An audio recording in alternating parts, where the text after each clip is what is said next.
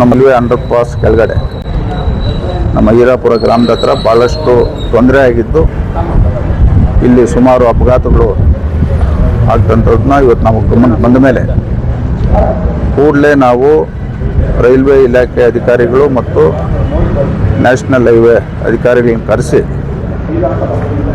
ಮತ್ತು ನಮ್ಮ ಪೊಲೀಸು ಇಲಾಖೆಯವರು ಏನಿಲ್ಲಿರ್ತಕ್ಕಂಥ ಸಮಸ್ಯೆ ಸುಮಾರು ವರ್ಷಗಳಿಂದ ಇರ್ತಕ್ಕಂಥ ಸಮಸ್ಯೆಯನ್ನು ಇವತ್ತು ಎಲ್ಲ ಇಂಜಿನಿಯರ್ಗಳು ಬಂದು ಆ ಸಮಸ್ಯೆಯನ್ನು ನೋಡಿ ಇದು ಕಾಮಗಾರಿ ಕೂಡಲೇ ಪ್ರಾರಂಭ ಮಾಡಬೇಕಂತೇಳಿ ಈಗಾಗಲೇ ಅವರೆಲ್ಲರಿಗೂ ನಾವು ಸೂಚನೆಯನ್ನು ಕೊಟ್ಟಿದ್ದೀರಿ.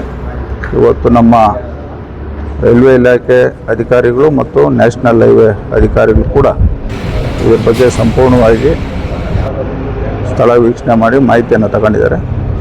ಆದಷ್ಟು ಬೇಗ ಕೂಡಲೇ ಈ ಒಂದು ಕಾಮಗಾರಿಯನ್ನು ಪ್ರಾರಂಭ ಮಾಡಲಿಕ್ಕೆ ಸೂಚನೆ ಕೊಟ್ಟಿದ್ದಾರೆ.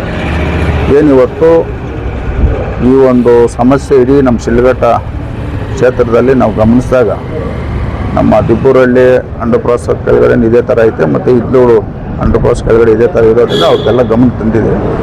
ಆದಷ್ಟು ಬೇಗ ಇವಾಗ ಜನಕ್ಕೆ ಆಗ್ತಾ ಇರ್ತಕ್ಕಂಥ ತೊಂದರೆಯನ್ನು ಇವತ್ತು ಕಾಮಗಾರಿ ಕೂಡಲೇ ಕೈಗೆತ್ಕೊಂಡು ಜನಕ್ಕೆ ಅನುಕೂಲ ಆಗ್ತಕ್ಕಂಥ ಕೆಲಸ ಆಗಬೇಕಂತ ಇವತ್ತು ಎಲ್ಲ ಇಲ್ಲಿರ್ತಕ್ಕಂಥ ಈ ಭಾಗದ ಎಲ್ಲ ನಮ್ಮ ಸ್ನೇಹಿತರು ಹೇಳಿದ್ದಾರೆ. ಆದಷ್ಟು ಬೇಗ ಈ ಕೆಲಸ ಬಗೆಹರಿಸ್ತಕ್ಕಂಥ ಕೆಲಸ ನಾವು ಮಾಡ್ತೀವಿ. ಸರ್, ಶಾಶ್ವತವಾಗಿ ಆಗುವಂಥ ಪರಿಹಾರನ ಅದು ತಾತ್ಕಾಲಿಕವಾಗಿ?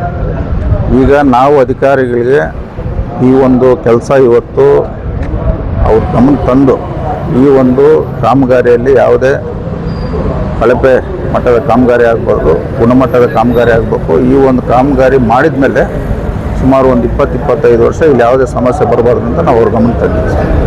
ಉತ್ತಮ ಗುಣಮಟ್ಟದ ಕಾಮಗಾರಿಯನ್ನು ಮಾಡಿಸ್ತಕ್ಕಂಥ ಕೆಲಸ ನಾನು ಮಾಡ್ತೀನಿ.